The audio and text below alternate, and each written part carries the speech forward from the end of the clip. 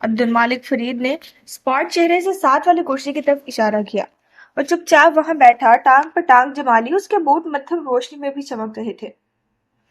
مالا کی جان لینے کے بعد یہ اسی بار میں بیٹھا تھا جہاں سے ہم نے اس کو پہلے ڈھونڈا تھا۔ نہ بھی ہوتا تو میں اس کو اس شہر میں کہیں سے بھی ڈھونڈ نکالتا۔ اب زیاد سلطان کو دیکھتے ہوئے عبد المالک فرید کا لہجہ برف جیسا نہیں رہا تھا، اس میں تپش تھی، غصہ تھا، انگارے تھے۔ ماہر اسی اسپاٹ چہرے کے ساتھ اس آدمی کو دیکھے گیا، زخمی، بے بس، بندھے ہوئے ہاتھ پیر۔ وہ نفی میں چہرہ ہلا رہا تھا، اس کی آنکھیں بھیگی ہوئی تھیں۔ ایک آدمی نے جھک کے اس کے منہ سے ٹکٹ ٹیپ کھینچی، چھڑپ کی آواز آئی اور وہ اس کے ہونٹ چھیلتی ہوئی الگ ہوئی۔ میں یہ نہیں کرنا چاہتا تھا، آئی ایم سوری، میں یہ نہیں کرنا چاہتا تھا۔ وہ نفی میں سر ہلاتا کہہ رہا تھا، آنکھوں سے آنسو بہنے لگے تھے۔ میں نے اسے چھوڑ دیا تھا، میں نے اس کی جان بخش دی تھی، میں واپس جا رہا تھا، پھر میں نے تمہیں دیکھا۔ بھیگی آنکھیں پتھر ہوئی آنکھوں سے جا ملی۔ ماہر اسی طرح ٹانگ پر ٹانگ جمائے بیٹھا رہا، چہرے پہ کوئی تاثر نہ ابھرا۔ میں نے دیکھا وہ کس طرح تمہیں دیکھ رہی تھی۔ تم اس کے لیے سب کچھ تھے، اس کی سیفٹی پلیس، ہر چیز۔ پتا نہیں پھر مجھے کیسے وہ سب ہو گیا۔ وہ مجھے معاف کر دو، میں یہ نہیں کرنا چاہتا تھا۔ عبد المالک فرید نے گود میں رکھا ایک پستول اٹھایا جس کے آگے سائلنسر لگا تھا اور ماہر کی طرف بڑھایا۔ اپنی جان بچانے کے لیے اس وقت یہ ہر چیز کہنے کو تیار ہوگا۔ وہ ماہر کو دیکھ رہے تھے۔ میں نے تمہیں پہلے بھی کہا تھا کہ اس کو مار دو، اس کے نہ ہونے سے یہ دنیا ایک بہتر جگہ ہوگی، لیکن نہیں، تم نے میری نہیں سنی۔ ان کی آواز کپ کپائی تھی، غصے سے، صدمے سے، پستول والا ہاتھ بڑھا ہوا تھا۔ لیکن اب یہ تمہارے سامنے ہے، جان کے بدلے جان۔ اب اس کو چھوڑو گے تو یہ واپس وہی کرے گا جو اس نے کیا۔ زیاد سلطان زور زور سے نفی میں سر ہلا رہا تھا۔ پلیز، میں نے خود سے نہیں کیا، مجھ سے ہو گیا، مجھے نہیں معلوم کیا ہوا، کیسے ہو گیا۔ تم لوگ مجھے نہیں مار سکتے، بدر اکیلا رہ جائے گا۔ ماہر نے مالک فرید کی بڑی ہوئی ہتھیلی دیکھی، چمکتے پستول پر لگا سائلنسر، پھر نگاہ اٹھا کے زیاد سلطان کو دیکھا، پھر واپس پستول کو۔ میں بدر کا باپ ہوں، تم مجھے قتل کر کے میرے بچے کو کیسے فیس کرو گے؟ وہ سر دائیں بائیں مارتا روتے ہوئے کہہ رہا تھا۔ ماہر نے نظر اس کے چہرے تک اٹھائی۔ اور میں نے تمہیں پہلے بھی کہا تھا مالک کہ میں قاتل نہیں ہوں، میں اس کو نہیں ماروں گا۔ پھر اس نے گہری سانس لی۔ اس کی سزا یہی ہے کہ اس کو پولیس کے حوالے کر دو، یہ ہر جیل کو توڑ کے باہر نکل جائے گا۔ ماہر، ان کے لہجے میں ملامت تھی، یہ جو کرتا ہے اس کو کرنے دو۔ قابیل کی طرح اس گناہ کا بوجھ اپنے بازو پہ کسی نشان کی صورت لیے دنیا میں مارا مارا پھرے گا، اس کو کہیں پناہ نہیں ملے گی۔ ماہر فرید نے ٹانگ سے ٹانگ ہٹائی اور اٹھ کھڑا ہوا۔ اس کو زندہ رہنے دو مالک، اس کی زندگی اس کی سب سے بڑی سزا ہوگی۔ عبد المالک فرید نے اس بات میں سر ہلایا۔ اوکے۔ پستول والا ہاتھ پیچھے کھینچا اور اگلے ہی لمحے کلک کلک کلک، انہوں نے زیاد سلطان کے سر پہ پستول تانا اور 3 دفعہ ٹریگر دبایا۔ 3 گولیاں اس کی گردن، ماتھے اور آنکھوں کے بیچ سوراخ کرتی گئیں۔ اس کی آوازیں ختم ہو گئیں، وہ سر کے بل پیچھے کو جا گرا۔ خون کا ایک فوارہ سا اٹھا اور ماہر کے جوتے پر آ گرا۔ عبد المالک فرید نے رومال سے پستول صاف کیا، پھر چہرہ اٹھا کے نہیں ملامتی نظروں سے اسے دیکھا جو اپنے جوتے پر لگے خون کو دیکھ رہا تھا۔ یہ اتنا آسان تھا ماہر نے کوٹ کے فرنٹ پاکٹ سے رومال نکالا، جھکا، جوتے پر لگے چھینٹے صاف کیے، اچھی طرح رگڑے یہاں تک کہ وہ پھر سے چمکنے لگے۔ رومال کی تہیں لگائیں، اسے زیاد کی لاش پہ اچھال دیا اور پلٹ گیا۔ اس کا چہرہ اسی طرح اسپاٹ اور بے تاثر تھا۔ کمرے میں موجود افراد تیزی سے ایک باڈی بیگ لا رہے تھے، فرش پر پلاسٹک شیٹ پہلے ہی بچھی تھی، ہر چیز کی تیاری مکمل تھی۔ عمار مالک فرید کی ویل چیئر پیچھے کر رہا تھا اور زمین پر کن پٹی کے بل گرے زیاد سلطان کی آنکھیں کھلی تھیں۔ خون کا تالاب اس کے سر کے بالوں سے نکل کے پلاسٹک شیٹ کو بھگو رہا تھا۔ دھند پھر سے ہر چیز پر چھا گئی، سرخ گدلی دھند۔ ہر شے ایک دفعہ پھر سے بے معنی ہو گئی اور دنیا سرد۔ دھند ایک دفعہ پھر سے چھانے لگی تھی۔ دھند چھٹی تو ایک چوکھٹ پہ کھڑا تھا، دروازہ کھلا تھا، اندر طویل اسٹڈی تھی جس کی اونچی کھڑکیاں تھی، کھڑکیوں کے پار سے باغیچہ دکھائی دیتا تھا۔ لمبا کاؤچ خالی رکھا تھا اس کا منتظر۔ ماہر فرید نے اسٹڈی ٹیبل کی طرف دیکھا، اس کے پیچھے کرسی پہ بیٹھی یاسمین اسے دیکھ کر کھڑی ہوئی تھی۔ اس کے چہرے پر بہت سا افسوس اور ملال تھا۔ وہ میز کے پیچھے سے نکلی نیلی شفاف آنکھیں ابھی تک ماہر پہ جمی تھی، پھر دھیرے سے بازو لمبا کر کے کاؤچ کی طرف اشارہ کیا۔ بیٹھو ماہر۔ وہ قدم قدم چلتا اس لمبے کاؤچ تک آیا، اس پر بیٹھا، کاؤچ کے لیدر سے چٹکنے کی آواز آئی۔ وہ گھٹنوں پر کوہنیاں رکھے سر جھکائے وہیں بیٹھا رہا خاموش، اسے دھن میں لپٹا جو آج کل ہر چیز پہ چھائی تھی۔ یاسمین اسی خاموشی سے کرسی پر ٹانگ جمائے نوٹ بک ہاتھ میں لیے بیٹھی رہی، کتنی ہی دیر وہ اس کی خاموشی کو سنے گئی۔ وہ اس کے پاس آ گیا تھا، یہی بہت بڑی بات تھی، کبھی نہ کبھی وہ کہنا بھی شروع کر دے گا۔ آج اسے صرف ماہر بے کی خاموشی سننی تھی۔ سوشل میڈیا پہ ایک ویڈیو گردش کر رہی تھی، کشمالہ کی کسی فرینڈ کی طرف سے بنائی گئی ویڈیو، جس میں اس کی زندگی کے کچھ لمحات تھے۔ زیاد سلطان اس کی شادی کی تصویر، اس کی اس بچے کے ساتھ تصویر، بہن بھائیوں کے ساتھ چھوٹی موٹی ویڈیوز، کیمرہ اٹھایا وینکوور میں کوئی ایونٹ شوٹ کرتے ہوئے تصویر، اور اس ویڈیو پہ کیپشن لگا تھا، فوٹوگرافر اور آرٹسٹ کشمالہ مبین کو اس کے ایکس ہسبینڈ نے کار کریش میں مار دیا۔ اس ویڈیو کے نیچے طرح طرح کے کمنٹس تھے، ہمیں کشمالہ مبین کے لیے انصاف چاہیے، کتنا ظالم انسان تھا۔ میں نے کہیں پڑھا تھا کہ وہ پاکستان چھوڑ کے کینیڈا میں اسائلم لے کر اکیلی رہ رہی تھی، عورتیں اکیلی رہیں گی تو یہ تو ہوگا۔ بھئی اگر اتنا ہی سائیکو انسان تھا تو اس سے شادی کیوں کی؟ اس کے ساتھ اتنا عرصہ کیوں گزارا؟ پہلے ہی دن اسے چھوڑ کیوں نہیں دیا؟ یقیناً لڑکی کا کوئی افیئر ہوگا، شوہر کو چھوڑ کے کسی اور مرد کی طرف جا گئے تو پھر کوئی بھی غیرت والا شوہر خود پہ قابو نہیں رکھ سکے گا۔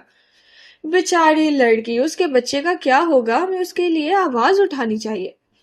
شیم اون زیاد سلطان، کچھ تو کیا ہوگا اس لڑکی نے، وہ کیوں اس مرد کو اس مقام پر لائی کہ وہ اسے مارنے کی کوشش کرے؟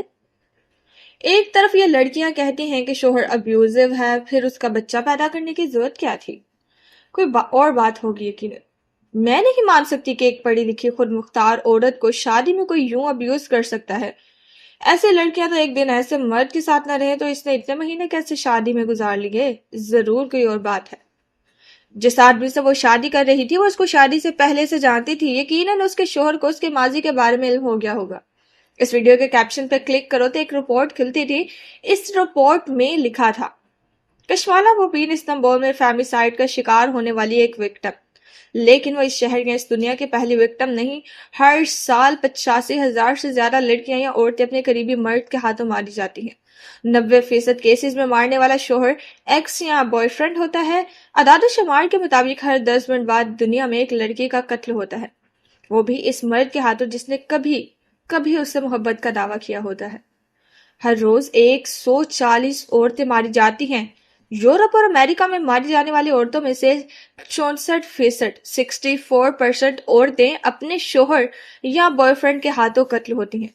ہمیں بہتر قوانین بنانے کی ضرورت ہے جو ان عورتوں کو تحفظ۔ اس رپورٹ کے نیچے بھی اسی طرح کے کمنٹس اور ایک کے بعد ایک ابھرتے جا رہے تھے۔ 3 ہفتے بعد ہوٹل سویٹ کی اونچی کھڑکی کے باہر بالکنی میں سمندری بگلا اسی طرح اداس بیٹھا تھا، کھڑکی کے شیشے پر چون سے بار بار دستک دیتا وہ اندر موجود ذی نفوس کو اپنی طرف متوجہ کرنے میں ناکام رہا تھا۔ اس پرتعیش سویٹ میں اونچے ونگ چیئر پر کبیرہ سادان بیٹھی تھی، سلک کا کافتان پہنے، ٹانگ پر ٹانگ جمائے وہ مسکرا کے کافی کا کپ آلیان سے تھام رہی تھی جو وہ جھک کے انہیں تھما رہا تھا۔ ایک گھونٹ بھرا اور مسکرا کے اسے دیکھا۔ میری فیوریٹ کافی، تھینک یو، تمہیں یاد رہا؟ ان کی آنکھوں میں مسکراتی ہوئی چمک تھی۔ کریم اونی سویٹر اور سنہری بالوں والا آلیان سادان کندھے اچکا کر صوفے پر بیٹھ گیا۔ اپنی کافی کے چند گھونٹ بھرے وہ مسکرا کے خاموشی سے اسے دیکھتی گئی۔ زیاد سلطان کا کچھ پتہ چلا؟ آلیان نے کندھے اچکائے اور کافی کا کپ میز پہ رکھا۔ وہ اس دن سے روپوش ہے، کچھ علم نہیں ہو سکا۔ تمہارے موکلات کیا کہتے ہیں؟ وہ اسے تلاش نہیں کر پا رہے۔ بعض دفعہ انسان جس کو چھپا دے اسے جنات بھی نہیں ڈھونڈ سکتے۔ سو یہ درست ہے کہ بچے کو زیاد نے اغوا کیا تھا، تم نے نہیں؟ ان کی مسکراتی آنکھوں میں کچھ تھا، جیسے ایک فخر جو کم ہو گیا ہو، جیسے انہیں یہ بات پسند آئی ہو کہ اتنے ماسٹر کرائم کے پیچھے ان کا بیٹا نہیں تھا۔ آلیان نے پیچھے ٹیک لگائی، ٹانگ پر ٹانگ جمائی اور اسی بے پرواہی سے بروچ گئے۔ کہا نا، مجھے دنیا میں تھوڑا سا کیوس، تھوڑی سی شرارت پسند ہے۔ میں تو یوں ہی زیاد کے پلان کے ساتھ میس اپ کر رہا تھا، مجھے کیا معلوم تھا کہ وہ مالا کو ہی مار دے گا۔ پھر جھرجھری لے کر سر جھٹکا۔ کبیرہ سادان نے افسوس بھری سانس خارج کی۔ مجھے اس کا افسوس ہے۔ آلیان نے نگاہیں اٹھا کے انہیں دیکھا۔ وہ کافی کے گھونٹ بھرتے ہوئے بالکل بھی کسی افسوس کا شکار نہیں لگ رہی تھی۔ آپ کو واقعی افسوس ہے؟ اس کی آواز میں ہلکا سا طنز تھا۔ کبیرہ سادان کے تاثرات میں کوئی فرق نہیں آیا۔ وہ اپنی ماں کو بہت یاد کرتی تھی، کم از کم وہ اپنی ماں کے پاس خوش ہوگی۔ دنیا ویسے بھی بہت انفیئر جگہ ہے.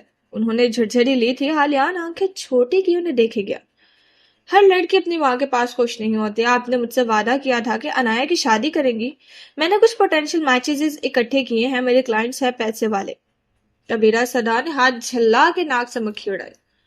میں نے کہا نا میری بیٹی میرے ساتھ خوش ہے. تم اس کی ٹینشن کیوں لیتی ہو؟ وہ جیسے بار بار اس ذکر سے تنگ آ چکی تھی. پھر بے دلی سے کپ نیچے رکھا. شروع میں انہیں آلیان کا نایا کے لیے فکر مند ہونا اچھا لگا تھا، لیکن اس کی بار بار کی تکرار، کبھی ان کو پوٹینشیل میچز دکھانا، کبھی ان امیر مردوں کے پروفائلز دکھانا، کبھی ان کو یہ چیز تنگ کرنے لگی تھی. وہ کیسے اپنی بیٹی کو جانے دے؟ وہی تو تھی جو انہیں جادو سے بچائے ہوئے تھی. آلیان نے جواب نہیں دیا. ٹیک لگائے بیٹھا، ٹانگ پر ٹانگ جمائے خاموشی سے انہیں دیکھے گیا. ٹھیک ہے، میں آپ کو دوبارہ تنگ نہیں کروں گا. جتنا تنگ کرنا تھا کر لیا. کچھ تھا اس کی آواز میں. کبیرہ بیگم نے چونک کے اسے دیکھا اور پھر اس پر نگاہ جمی تو جم ہی گئی جیسے منجمد ہو گئی ہوں. آلیان ان کی آنکھوں سے آنکھیں نہیں ہٹا رہا تھا. بنا پلک جھپکائے انہیں دیکھتے ہوئے اسے دھیرے سے ٹانگ ہٹائی. صوفے پر آگے ہو کے بیٹھا، غور سے ان کا چہرہ دیکھا. وہ بالکل صاف پلک جھپکے بنا اسے دیکھ رہی تھی. آلیان نے ایک چٹکی ان کے چہرے کے سامنے بجائی. وہ پلک تک نہ جھپک سکی. اس دنیا کی سب سے بڑی ایجاد جانتی ہیں کیا ہے؟ اس نے تیزی سے ہوڈی کی زپ کھولی. دونوں ہی سے علیحدہ ہوئے. اندر ہاتھ ڈال کے جیب سے چند چیزیں نکال کر میز پہ رکھتا گیا. وہ بالکل ساکھ سے دیکھ رہی تھی. نہ پلک جھپک پا رہی تھی، نہ جسم کا کوئی عضو حرکت کر پا رہا تھا. آواز بھی ہونٹوں سے نہیں نکل رہی تھی. فیس آئی ڈی سب سے بڑی مشکل ہے. یہ فیس آئی ڈی. آلیان نے ان کا لیپ ٹاپ کھولا. جلدی اس میں چند تاریں پیوست کی. پھر آگے ہوا. ان کا موبائل اٹھایا، اسکرین روشن کی اور ان کے چہرے کے سامنے لے گیا. کلک کی آواز کے ساتھ وہ کھل گیا. اسی طرح پتھر کا بت بنی بیٹھی تھی. بے فکر رہیں، کچھ خاص نہیں دیا میں نے آپ کو، صرف ایک عارضی طور پر مفلوج کرنے کی دوا. کچھ دیر میں آپ ٹھیک ہو جائیں گے. وہ سر جھکائے تیزی سے ان کے موبائل پر انگلیاں چلا رہا تھا. ایک ایپ کھولی اور ان کے ونگ چیئر کے بازو تک آیا. جھک کے اسکرین ان کے سامنے کی. فون کیمرہ نے ان کے چہرے کی تشخیص کی اور ایپ کھل گئی. یہ ایک بینکنگ ایپ تھی. اس فیس آئی ڈی نے مجھے کافی دن بڑی مشکل میں ڈالا ہے. اتنی دفعہ آپ کے لیپ ٹاپ میں فلیش ڈرائیورز ڈالی، آپ کی بینکنگ ایپس کو ہیک کروانے کی کوشش کی، لیکن یہ آپ کی 2 فیکٹر اتھینٹیکیشن ہر جگہ آڑے آ جاتی تھی. میں نے وہ مقروض ہونے کا ڈرامہ بھی سٹیج کیا، لیکن پھر بھی آپ نے صرف پیسوں کے آفر کی، یہ نہیں کہا کہ نوٹوں سے بھرا بریف کیس میرے سامنے رکھ دیا ہو. کیا فائدہ امیر ماں کا؟ اور تیزی سے بٹن دبا رہا تھا. وہ کسی بت کی طرح بیٹھی تھی. ہونٹ ہلکے سے کپ کپائے، لیکن وہ حرکت کرنے سے انکاری تھے. آپ کے لیپ ٹاپ کا سارا ڈیٹا بھی کاپی کیا. کچھ خاص نہیں ملا سوائے ان ویڈیوز کے جو آپ پرائیویٹ انویسٹیگیٹرز کو ہائر کر کے سادان صاحب اور ان کی فیملی کی بنواتی رہتی تھی.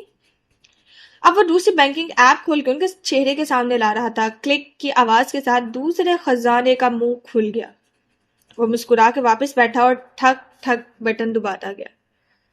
میں ان ویڈیوز کو آج آپ کے تمام فیملی گروپس اور سوشل میڈیا پر ریلیز کرنے جا رہا ہوں، کیونکہ آپ کے بینک اکاؤنٹس خالی کرنے کے بعد مجھے آپ سے کچھ بھی نہیں چاہیے، البتہ وہ ویڈیوز. منظر عام پہ آنے کے بعد سدان صاحب آپ کے سب سے بڑے دشمن بن جائیں گے اور آپ کی ساری کوششیں ان سے اپنا دفاع کرنے میں لگ جائیں گی. کہا نا مجھے دنیا میں تھوڑا سا کیوز پسند ہے. وہ پھر سے اٹھا اور تیسری ایپ ان کے سامنے کی. رہی آپ اور آپ کی بیٹی تو مجھے آپ لوگوں میں کوئی دلچسپی نہیں. آپ نے سوچ بھی کیسے لیا کہ میں یہاں آپ کے پاس آ کر آپ سے کوئی بونڈنگ کرنا چاہتا ہوں؟ ہاں. سر جھکائے ٹھک ٹھک بٹن دباتے اس کے چہرے پر موبائل کی نیلی روشنی پڑ رہی تھی. ارے واہ، آپ کے پاس تو کرپٹو والیٹ بھی ہے، زبردست. آلیان کے چہرے پر بے پناہ خوشی تھی. انگوٹھے اور انگلیاں کھٹاکھٹ ٹائپ کر رہی تھی. پھر وہ اٹھا اور الماری تک گیا. دروازہ کھولا. اندر ایک لاکر تھا جس کا پاسورڈ وہ کئی دفعہ دیکھ چکا تھا. ٹھک ٹھک کر کے پاسورڈ ٹائپ کیا. لاکر کا دروازہ کھولا. اندر موجود 2-3 نیکلیس اور بریسلیٹس اٹھائے. پھر مایوسی سے واپسی ان کو دیکھا. ٹریول پہ اپنے ساتھ صرف اتنی سی جیولری لائی ہے؟ چلیں، خیر پاکستان میں آپ کے پاس بہت کچھ رکھا ہوگا جس سے آپ کا گزارا چل جائے گا. Thank you for this. Hoodie کے اندر ہر چیز ڈالتا گیا. پھر ان کا موبائل ان کے سامنے رکھا. ہوڈی کی زپ بند کی اور ان کے سامنے آ کے گھٹنوں پر ہاتھ رکھے جھکا، یوں کہ ان کی آنکھوں میں دیکھ سکتا تھا. 1 گھنٹے تک آپ کا جسم کام کرنے لگ جائے گا، لیکن اس کے بعد آپ کا کوئی بینکنگ کارڈ ورک نہیں کرے گا اور آپ خود کو ویسے ہی تنہا محسوس کریں گے جیسے ایک زمانے میں آپ نے اس چھوٹے سے بچے کو اس بھری دنیا میں چھوڑ دیا. اس کی آنکھوں میں سنگینی تھی، سرد مہری تھی۔ میری ماں صرف ایک عورت تھی، میں اسی کو اپنی ماں مانتا ہوں۔ وہی میری فیملی تھی۔ رہی آپ اور آپ کی بیٹی، تو مجھے آپ لوگوں سے جو چاہیے تھا وہ مل گیا۔ وہ سیدھا کھڑا ہوا، ماتھے تک ہاتھ لے جا کے مسکرا کے سلام کہا، اور پھر وہ ان کے منظرنامے سے نکل گیا۔ وہ اس کے دور جاتے قدموں کی آواز سن سکتی تھی، سات جامد، جسے مجسمے کی طرح بیٹھی جیسے کسی قبر میں ہو اور لوگ مٹی ڈال کے دور جا رہے ہیں۔ آلیان کا دور جاتا ہر قدم ان کے سینے پہ کسی دھمک کی طرح لگ رہا تھا۔ وہ اسے پکارنا چاہتی تھی، وہ اسے روکنا چاہتی تھی، لیکن وہ دروازہ بند کر کے جا چکا تھا، انہی اندھیروں میں جہاں سے وہ اسے کبھی نہیں ڈھونڈ سکیں گی۔ وہ ایک سفید دیواروں والا کمرہ تھا، صاف ستھرا، چند آلات اور مشینی کونوں میں رکھے تھے۔ وسط میں ایک سفید شیٹ والا بیڈ تھا، اس پر ہسپتال کا گاؤن پہنے زارینہ فرید بیٹھی تھی، گردن میں چین سے لٹکی سیاہ فاختہ دمک رہی تھی۔ چہرہ بالکل صاف شفاف تھا، ہر قسم کے میک اپ اور پروڈکٹ سے پاک۔ بال بندھے تھے اور وہ ہاتھ میں پکڑے آئینے سے چہرہ دائیں بائیں گھماتے ہوئے اسے دیکھ رہی تھی۔ ساتھ اسکربس میں کھڑی لڑکی نے قدر فکر مندی سے اسے دیکھا۔ زارینہ میڈم، ایک منٹ۔ وہ آئینہ نیچے رکھ کے ایک طرف جھکی، موبائل روشن کیا، بابا نام کی چیٹ کھولی، اس کے تمام میسیجز کے آگے نیلے ٹک تھے، لیکن کوئی جواب نہیں تھا۔ وہ ہسپتال جاتی تھی تو وہ اسے ملنے سے انکار کر دیتے تھے، بس ایک نظر اس کی گردن میں جھولتی سیاہ فاختہ کو دیکھا تھا، پھر دوبارہ اس سے کوئی بات نہیں کی، بس چہرہ موڑ لیتے۔ کوئی بات نہیں، وہ ٹھیک ہو جائیں گے، خون پانی سے گاڑھا ہوتا ہے۔ اس نے دوسری چیٹ کھولی، ماہر، اس کے نام کے ساتھ ایک ہارٹ بنا تھا، سرخ خون کے جیسا ہارٹ، وہاں بھیجے گئے تمام میسیجز کے آگے سنگل گرے ٹک تھے۔ دل ڈوب کے ابھرا، اس نے فون نیچے رکھ دیا، پھر اس نیلے اسکربس والی لڑکی کی طرف متوجہ ہوئی جو اسے فکر مندی سے دیکھ رہی تھی۔ آر یو شور؟ آپ یہ سرجری کروانا چاہتی ہیں؟ آپ کی آنکھیں پہلے ہی ایلمنڈ شیپڈ۔ میں فیصلہ کر چکی ہوں، مجھے یہاں سے یہ لائن یوں چاہیے۔ وہ آنکھوں کے قریب اشارہ کر کے بتا رہی تھی، ہر چیز پہلے ڈاکٹر سے ڈسکس کی جا چکی تھی۔ پھر پتہ نہیں اس لڑکی کو کیا تکلیف تھی جو بار بار اس کا موڈ خراب کر رہی تھی۔ وہ تو ٹھیک ہے، لیکن آپ کی تھوڑی میں اتنے یونٹس اگر ہم نے لگا دیے تو؟ مجھ سے بحث مت کرو، جو میں نے کہا ہے وہی کرو، آخر میں تم لوگوں کو پے کر رہی ہوں۔ لڑکی نے گہری سانس لی، پھر جبرن مسکرائی۔ ہم اپنی پوری کوشش کریں گے۔ اس کا کیا جا رہا تھا؟ وہ کانٹریکٹ سائن کر چکی تھی۔ وہ ربڑ کے سینڈلز کے ساتھ چلتی آگے بڑھ گئی اور انٹرکام اٹھا کے کسی کو اطلاع کرنے لگی۔ پیشنٹ کی پریپ کروا رہی ہوں، وہ تقریباً تیار ہے۔ ریسیور رکھ کے ایک افسوس بھری نظر اس پر ڈالی جو ابھی تک آئینے میں دائیں بائیں چہرہ گھما کے خود کو دیکھ رہی تھی۔ اس کو کیا؟ بیربل کی بیکری کے اندر زرد بتیاں جلی تھی، جامنی اور بھورے رنگوں سے سجی خوبصورت بیکریاں، جس کی ہر دیوار پر آرٹ ورکس کیے گئے تھے۔ صرف ایک دیوار تھی بلائی منزل پہ جو ادھوری تھی، اسے کسی نے مکمل نہیں کیا تھا۔ بہت سی چیزوں کی طرح اسے بھی ادھورا چھوڑ دیا گیا تھا، البتہ اوپر نیچے کرسیوں پر بہت سے لوگ بیٹھے تھے، سب کے آگے سنیکس اور ڈیزرٹ رکھے تھے۔ گرم کافی کی بھاپ، اڑتی خوشبو، باتوں کی کھنک میں گم ہو رہی تھی، چہل پہل، رونق۔ یہ بیکری کو کھلے تیسرا دن تھا اور گاہکوں کی آمد کم ہی نہیں ہو رہی تھی۔ کاؤنٹر کے پیچھے کھڑا بیربل فرید کیشیئر پر جھکا اسکرین پر موجود فگرز دیکھ رہا تھا۔ وہ سویٹ پینٹس پر ڈھیلا سا سویٹر پہنے، گھنگریالے بالوں کی کس کے پونی بنائے، کان کی بالی اور گردن کے زنجیروں کے ساتھ ہمیشہ جیسا بیربل ہی لگ رہا تھا۔ کاؤنٹر کی داخلی دیوار پر ایک فریم لگا تھا جس میں بلائی منزل کی اندھوری دیوار کا مورال دکھائی دے رہا تھا۔ اس کے ساتھ گھٹنوں کے بل فرش پر بیٹھی لڑکی جس کے ماتھے پر سبز رومال بندھا تھا اور اس کو پینٹ کر رہی تھی۔ یہاں سے اس لڑکی کا چہرہ واضح نہیں تھا، البتہ سوشل میڈیا کے باعث بیکری میں آنے والے تمام لوگ اس لڑکی کو پہچانتے تھے۔ تمہیں مالا نے ہائر کیا تھا؟ بیربل مینیجر کے قریب جھکا کر سختی سے کہہ رہا تھا، اور اس نے تمہیں سارا بزنس پلان سمجھایا تھا، تم ویسے ہی کرو گے جیسے اس نے کہا تھا۔ مینیجر نے سر ہلایا، جی سر کہہ کے کی بورڈ پر بٹن دباتا گیا۔ بیربل گہری سانس لے کے وہاں سے ہٹا، ایک نظر مسکرا کے دیوار پہ آویزہ فریم کو دیکھا۔ وہ بالکل ویسا ہی کرے گا جیسا مالا نے کہا تھا، وہ اس سے سمجھدار تھے، اس میں اس سے کہیں زیادہ بزنس سینس تھی۔ وہ مالا کی کوئی نصیحت نہیں بھلائے گا۔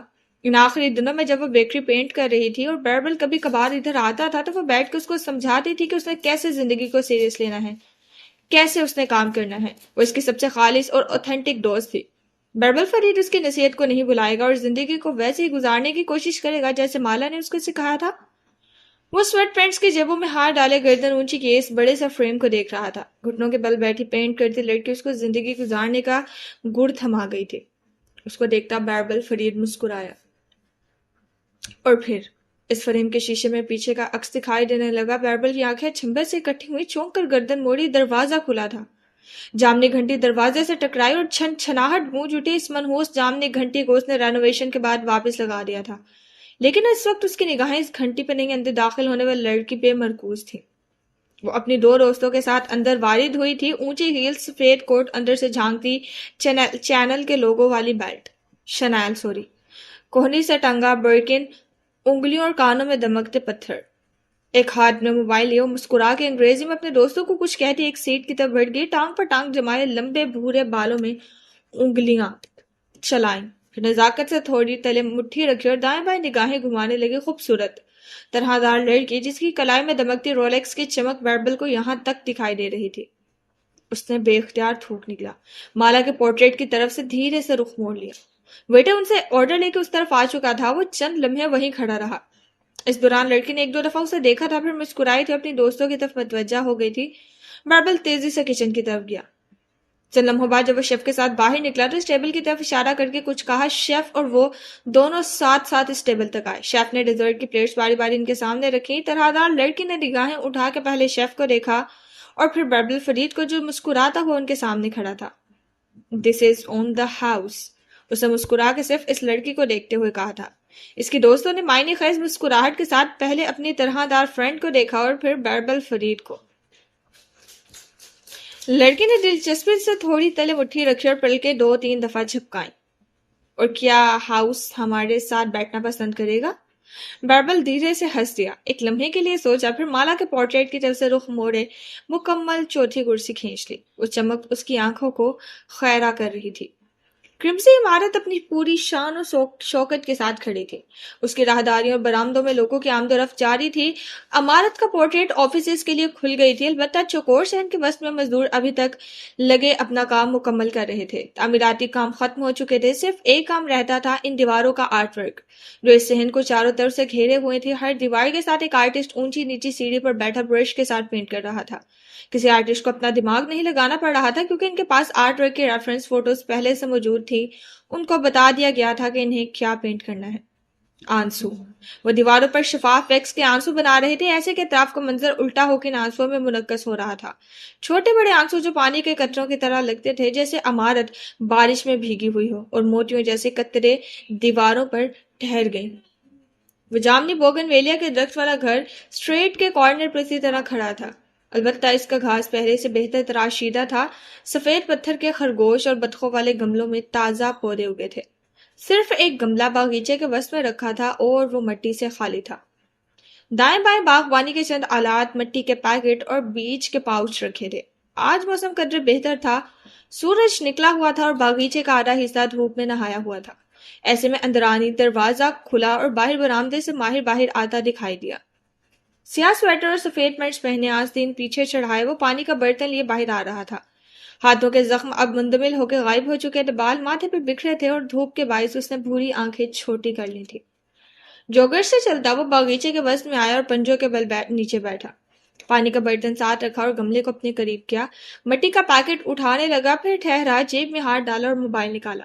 اسکرین روشن کی، سامنے چند میسیجز تھے۔ ماہر نے انہیں چھوا۔ پہلا میسج کرمسی عمارت کے پروجیکٹ مینیجر کی طرف سے تھا، وہ اسے آنسو سے بھری دیوار کی تصویر بھیج کے پروگریس دکھا رہا تھا۔ اس نے جواب میں صرف تھمب اپ کا نشان بنا کے بھیج دیا۔ دوسرا میسج سبرینا کی طرف سے تھا، ماہر نے کھولے بغیر چیٹ آرکیو کر دی، پھر 1 in 50 کی چیٹ کھولی۔ کل اس نے بدر اور حلال کی تصویریں اسے بھیجی تھی، پہلے کی طرح ان تصویروں کے جواب میں کوئی غصے بھرا میسج، عدالت میں جانے کی دھمکی، ایسا کچھ بھی موصول نہیں ہوا تھا۔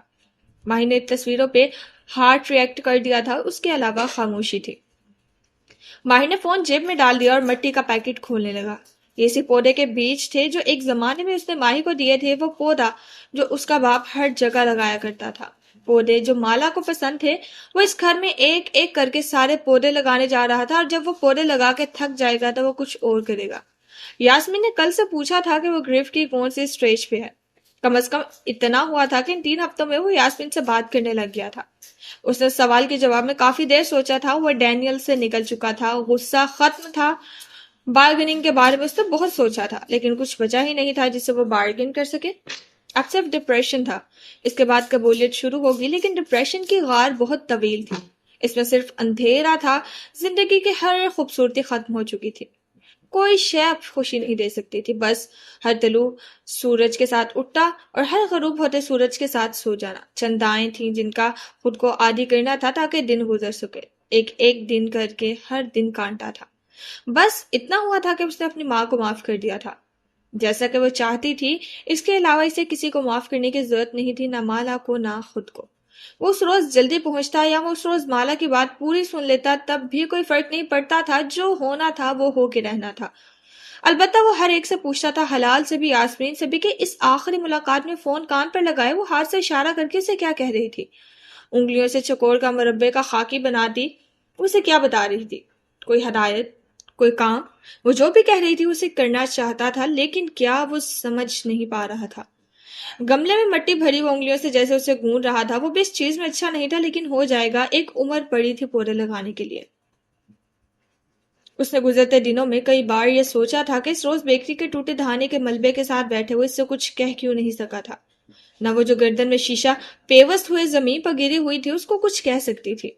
مٹی لگاتے اس کے ہاتھ سست ہو گئے، بے اختیار کرب سے آنکھیں بند کی۔ وہ منظر نگاہوں سے جاتا ہی نہیں تھا۔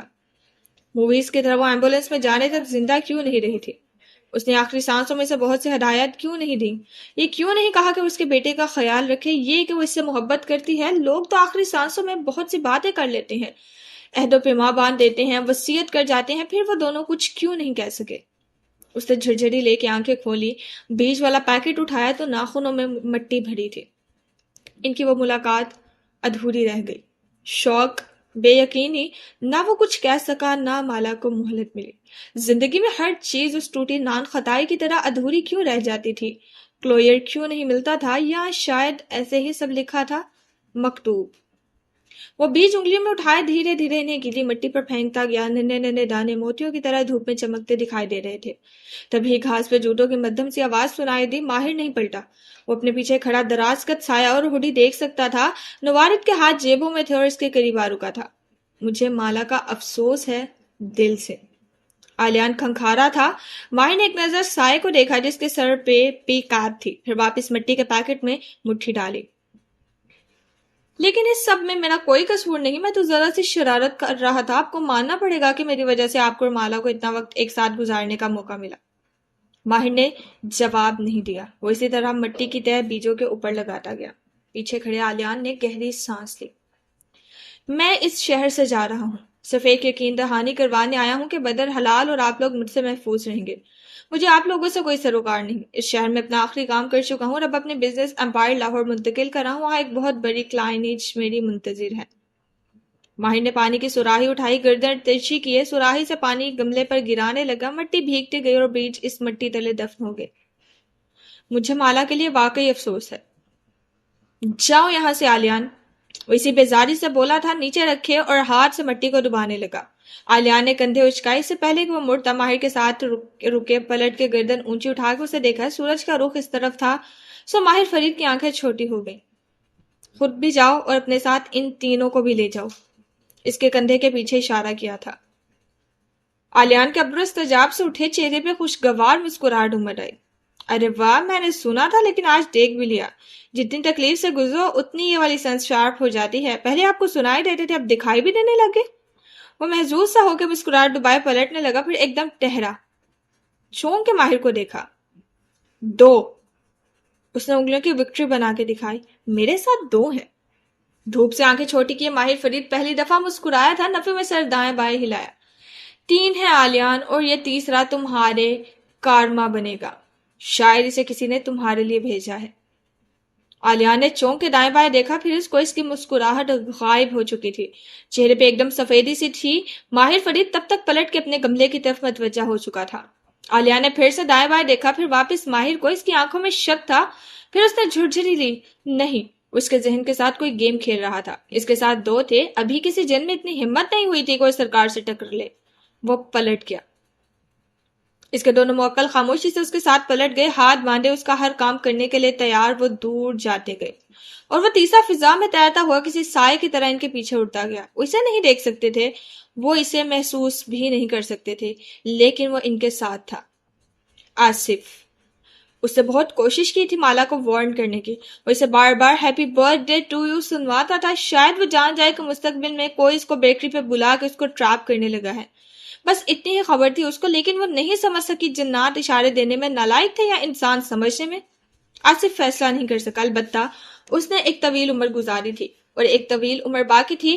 چند سال وہ اس نوجوان جادوگر پر صرف کر ہی سکتا تھا، سو چپ چاپ خاموشی سے ان کے پیچھے فضا میں تیرتا گیا۔ وہ اب ٹشو سے گملے کے ڈھانے سے گیلی مٹی صاف کر رہا تھا۔ سفید خرگوش اجلا نکل آیا تو ماہر نے دونوں ہاتھوں سے اسے تھام اور اٹھ کھڑا ہوا، پھر اس کی جگہ پر جا کے اس کو رکھا، ہاتھ جھاڑے، ایک نظر جامنی بوگن ویلیا تلے رکھے، پھر بھورے بینچ کو دیکھا، پرپل اور براؤن۔ ایک وقت تھا جب وہ دونوں یہاں ساتھ بیٹھے تھے، اب وہ بینچ خالی تھا۔ اس شہر کے ہر پتھر، ہر درخت اور ہر آسمان تلے بہت سی یادیں بکھری تھی۔ ابھی ایک عرصہ لگے گا، وہ جانتا تھا، ابھی یہ غار بہت لمبی تھی۔ وہ گھر کے اندر چلا آیا، ایک کمرے سے حلال کی آواز آ رہی تھی، وہ بدر کو کچھ کہہ رہی تھی۔ لاؤنج کے وسط میں ابھی تک چند کارٹنز اسی طرح رکھے تھے جو شفٹنگ کے وقت سے یہاں پڑے تھے۔ وہ ان آوازوں کو نظر انداز کر کے کچن کی طرف آ گیا، جانتا تھا وہ کیا کہہ رہے ہوں گے۔ حلال اس کو کوئی کہانی سنا رہی ہوگی اور وہ جواب میں صرف ایک ہی لفظ کہتا تھا، ماما۔ لیکن صبح فیضی خانم نے اسے بتایا تھا کہ بہت دن بعد اس نے ٹھیک سے کھانا شروع کیا ہے۔ ابھی یہی بہت تھا، بیبی اسٹیپ۔ کم از کم بدر نے ٹھیک سے کھانا شروع کر دیا تھا، اسے ابھی تک نہیں کیا تھا۔ مالا اور اس کی محبت کی داستان بدر اور مالا کی کہانی سے کہیں طویل عرصے پہ محیط تھی۔ اب ایک عرصہ لگنا تھا اس کو مدھم ہونے میں۔ وہ چولہے تک آیا، پانی رکھا، اسی بے تاثر چہرے کے ساتھ اسے گرم کیا، چند پتے اندر ڈالے، پانی کھولتا گیا اور ماہر ان بلبلوں کو دیکھے گیا۔ انگلیوں سے گردن کو ٹٹولا، گردن وہ ایک باریک زنجیر پہنے ہوئے تھا جس میں روز گولڈ پتے والی ایک انگوٹھی تھی۔ اس نے چین کو سویٹر کے اندر ڈال دیا، یہ اس کی قید تھی، اسے ایک عرصہ اس زنجیر کو پہننا تھا۔ پھر اس نے چولہا بند کیا، قہوہ مگ میں ڈالا اور مگ اٹھائے باہر آ گیا۔ سرما کی دھوپ اسی طرح پھیلی تھی۔ وہ برآمدے میں رکھے کین کے کاؤچ پر بیٹھا، پاؤں لمبے کر کے اسٹول پر رکھ دیے اور بھاپ اڑاتی چائے کا کپ تھامے بوگن ویلیا کے درخت کو دیکھے گیا جس کے جامنے پھول دھوپ سے چمک رہے تھے۔ ابھی سرما تھا، ہر طرف سرمئی پن تھا۔ ابھی بہار کی رونق واپس آنے میں ایک لمبا عرصہ لگنا تھا۔ ابھی یہ سرد مردہ سا موسم کانٹا تھا اور کوئی چارہ بھی نہیں تھا، لیکن جیسے اس سرمئی منظر نامے میں بوگن ویلیا کے جامنے پھول رنگ بکھیرتے تھے، ویسے ہی اس کی یادوں میں، ان بہت سے سرمئی مناظر میں، ٹوٹی بیکری کے ملبے میں، خون میں لیٹی لڑکی، ہسپتال کا مردہ خانہ، قبر کے سامنے کھڑا ماہر فرید، ان سب خوفناک مناظر میں ایک منظر ایسا بھی تھا جو ان جامنی پھولوں کی طرح تھا، رنگین، روشن۔ اس ایک منظر کو یاد کر کے ذہن میں بار بار کسی فلم کی طرح ری پلے کر کے یہ مدت کاٹی جا سکتی تھی، شاید۔ ماہر نے مگ ہونٹوں سے لگایا، دھیرے دھیرے گھونٹ بھرنے لگا، چائے سے اٹھتی بھاپ نگاہوں کے سامنے چھانے لگی۔ موسم کا سارا سرمئی پن غائب ہو گیا اور ایک جامنی پھول ہر شے پہ چھا گئے۔ کیا تمہیں پچھتاوا ہے؟ وہ دونوں بالکنی میں ساتھ ساتھ کھڑے تھے، رات کا وقت تھا، ہاتھ میں بھاپ اڑاتے مگ تھے اور لیونڈر کا جامنی پھول والا پودا خاموشی سے ان کو دیکھ رہا تھا۔ کس چیز کا؟ وہ رکا اور پھر ہونٹوں پر اداس مسکراہٹ ابھری۔ کس چیز کا؟ وہ بھی اسی اداسی سے مسکرا دو۔ لاہور میں مجھے چھوڑ کے آنے کا، مجھے اپنی حقیقت خود نہ بتانے کا، زیاد کو میرے سامنے ایکسپوز نہ کرنے کا، ہمیشہ آدھا سچ بولنے کا، نان خطائے خط نہ کرنے کا۔ ماہر نے ہلکے سے شانے اچکا دیے۔ ہے افسوس، پچھتاوا بھی۔ اس لیے تو میں ہمیشہ کہتا ہوں کہ کاش ہم مختلف حالات میں ملے ہوتے، پھر جیسے کچھ سوچ کے وہ گا۔ کیا تمہیں کوئی پچھتاوا ہے؟ کشمالہ مبین نے بالکنی کے دروازے کو دیکھا، پھر ہاتھ میں پکڑے کپ کو جس سے دھواں اٹھ اٹھ کے اوپر جا رہا تھا اور شیشے کی کھڑکیوں کو لمحے بھر کے لیے دھندلا کر دیتا تھا، پھر اس ننھے گملے کو جس میں لیونڈر کا تنہا پودا اگا تھا، پھر اس نے باہر کو دیکھا، اس کے اوپر دھندلے آسمان کو جہاں اکا دکا تارے چمک رہے تھے، پھر اس نے نیچے پرسکون بہتے پانی کو دیکھا، اس کے کنارے پر لرزتی کشتیوں کو، ان کے رنگ برنگے کمکموں کو، اور اس میں بیٹھے کپتان اور اس کے ساتھیوں کے قہووں کی پیالیوں کو، اور پھر اس نے کہنا شروع کیا، آنسو۔ اس کی آنکھیں ایکسائٹمنٹ سے چمکی تھیں۔ ہم کرمزی عمارت کی دیواروں پر آنسو بنائیں گے۔ آنسو؟ ماہر نے الجھ کے اس کو دیکھا، وہ اس کی طرف رخ موڑ چکا تھا۔ مالا کے پس منظر میں سیاہ آسمان اور نیچے روشن کشتیاں دکھائی دے رہی تھی، جیسے میں نے لاہور والے گھر کے اوپر اسٹوڈیو کی کھڑکی پر بنائے تھے۔ ان آنسوؤں میں سارا منظر الٹا ہو کے دکھائی دیتا تھا، نہ بھلائی جانے والا آرٹ۔ وہ مسکرا رہی تھی۔ لیکن کیا تم میرا 10 سیکنڈ میں پیش کیا آئیڈیا قبول کر لو گے؟ مالا نے پوچھا تو سب آنکھوں میں امید اور آئیڈیا رد ہونے کا خوف دونوں موجود تھے. وہ اسی طرح مسکراتا رہا. کر لوں گا. پھر اس نے جیسے تحسین سے اس کو دیکھا. جب ہماری آنکھیں آنسو سے بھرتی ہوئی ہیں تو ساری دنیا کسی انورٹڈ امیج کی طرح الٹی دکھائی دیتی ہے. دنیا کو ٹھیک سے سیدھا دیکھنے کے لیے آنسو پہنچنا ضروری ہوتا ہے. اسے وہ کنسپٹ یاد تھا لیکن مالا شاید اس کا سوال بھول چکی تھی. کیا تمہیں کوئی پچھتاوا ہے؟ ماہر کو اسے یاد کروانا پڑا. کشمالہ نے گہری سانس لی. کس چیز کا؟ غلط انسان سے شادی کرنے کا، میرے ایک دھوکے پہ مجھے زندگی سے مائنس کر دینے اور میری بات نہ سننے کا، ماہر کو ہمیشہ غلط سمجھنے کا. وہ دونوں اب اپنی اپنی بالکنیوں میں آمنے سامنے کھڑے تھے، ایک دوسرے کی طرف چہرہ کیے. نہیں. سبز آنکھوں والے لڑکے مسکرائی. ماہر فرید کے ابرو تعجب سے اٹھے. نہیں نہیں ماہر، مجھے کسی چیز کا پچھتاوا نہیں. اچھا؟ وہ مسکرا کے جیسے دلچسپی سے سنے گیا. ٹوپی والی لڑکی چمکتی آنکھوں سے کہہ رہی تھی، میں نے زندگی میں بہت فیصلے کیے، غلط لوگوں پہ اعتبار کیا، درست لوگوں پہ بھروسہ نہیں کیا. مجھے افسوس ہے لیکن پچھتاوا نہیں. کیوں؟ کیونکہ میں آج جو بھی ہوں انہیں غلط فیصلوں کی وجہ سے ہوں. وہی تو میرے استاد تھے جنہوں نے مجھے سکھایا تھا کہ اکیلی زندگی کیسے گزارنی ہے، اپنے لیے کیسے لڑنا ہے. وہی غلط فیصلے تو مجھے آج اتنا مضبوط بنا چکے ہیں. سب مجھے کہتے ہیں کہ زیاد سلطان اس وقت میری ہیپی اینڈنگ کے راستے میں رکاوٹ ہے. وہ اس شہر میں ماہر فرید سے انتقام لیے بغیر نہیں جائے گا. لیکن پتہ ہے کیا؟ کیا؟ وہ اسی مسکراہٹ سے اسے دیکھ رہا تھا. میری ہیپی اینڈنگ یہ نہیں تھی کہ مجھے ایک اچھا آدمی مل جائے جس کے ساتھ میں دوبارہ خیمہ لگا سکوں. زیاد سلطان سے نجات میری ہیپی اینڈنگ تھے ماہر، جو مجھے 4.5 سال پہلے مل گئی. ایک ٹاکسک رشتے سے نکل آنا یہ میری جیت تھی. میں 4.5 سال سے اپنی ہیپی اینڈنگ جمی رہی تھی. ہر انسان کی ہیپی اینڈنگ اسے دن شروع ہو جاتی ہے جب وہ خود کو ایک ٹاکسک رشتے سے نکال کے موو آن کرنا سکھا دیتا ہے. میں نے اپنی زندگی خود تعمیر کی تھی. کل تمہارے آفس میں تمہارے ساتھ ایک فرینڈ سائن کرتے ہوئے مجھے میری نئی زندگی نہیں ملے گی ماہر. یہ تو بس ایک تسلسل ہے اس زندگی کا جس کو میں خود عرصے سے اپنے لیے بہتر بنانے میں لگی ہوں. زیاد سلطان کچھ بھی کر لے، تمہیں مار دے، مجھے مار دے، یا آلیان بدر کو ہم سے دوبارہ چھین لے، کوئی بھی مجھ سے میری ہیلنگ نہیں چھین سکتا. ہماری ہیلنگ ہماری ہیپی اینڈنگ ہوتی ہے. جس کو یہ مل جائے اس سے بڑی کوئی اور نعمت مل نہیں سکتی. مالا کی آنکھوں میں نیچے ٹہرتی کشتوں سے کمکموں کا عکس تھا. وہ اسی مسکراہٹ کے ساتھ اس عکس کو دیکھے گیا. بدرناک ہوتا میں یہاں نہ آتی، تم اور میں دوبارہ نہ ملتے، تب بھی میری زندگی ختم نہ ہو جاتی. جب تک میری ہیلنگ جاری رہتی میری زندگی کسی بھی مرد کے بغیر بھی پرسکون رہتی. مجھے پھر بھی ایک پچھتاوا ہے. وہ کچھ دیر بعد بولا تو اس کی آواز میں یاسیت تھی. جب میں نے وہ البم اپنے سامنے رکھا تھا برسوں پہلے، جب لیوینڈر اور موتی کی خوشبو والے سویٹ میں نے کیف جمال کو بلوایا تھا، تب میں چاہتا تھا کہ اس سب آنکھوں والی لڑکی کے ساتھ وہ سب نہ ہو جو البم میں موجود دوسری عورتوں کے ساتھ ہوا. میں تمہیں بچانا چاہتا تھا اس تکلیف سے، اس ظلم سے جس سے تم گزری. کوئی کسی کو نہیں بچاتا ماہر. اس کے الفاظ سرد دھوئیں کی طرح ہونٹوں سے نکلے تھے. اب وہ دونوں بالکنی کی ریلنگ سے ٹیک لگا چکے تھے، اس سرد رات میں ساتھ ساتھ کھڑے آسمان کو دیکھتے ہوئے، بس جس میں چند تارے بکھرے دکھائی دیتے تھے. مالا نے تھوڑی اونچی کر کے ان تاروں کو گنا. یعنی تمہیں کوئی پچھتاوا نہیں؟ وہ بھی اس کی نگاہوں کے تعاقب میں انہی تاروں کو گن رہا تھا. صرف ایک ہے. کیا؟ ماہر نے بے اختیار اس کا چہرہ دیکھا. ٹوپی والی لڑکی گردن اونچی کیے ستاروں پہ نگاہیں دوڑائے بولی تھی، کاش ہم مختلف حالات میں ملے ہوتے. ختم شد. آج سے یہ ناول ختم ہو چکا ہے، اور کائنڈلی آپ مجھے اس ویڈیو کے نیچے بتائیں کہ نیکسٹ ہمیں ناول کون سا شروع کرنا چاہیے، اور سب سے فیوریٹ ڈائلاگس اور ریٹن جو آپ کو اس ناول میں پسند آئیں کائنڈلی ڈو کمنٹس. مجھے بہت اچھا لگے گا جب آپ اپنے ریویوز دیں گے. اللہ حافظ فار ناؤ.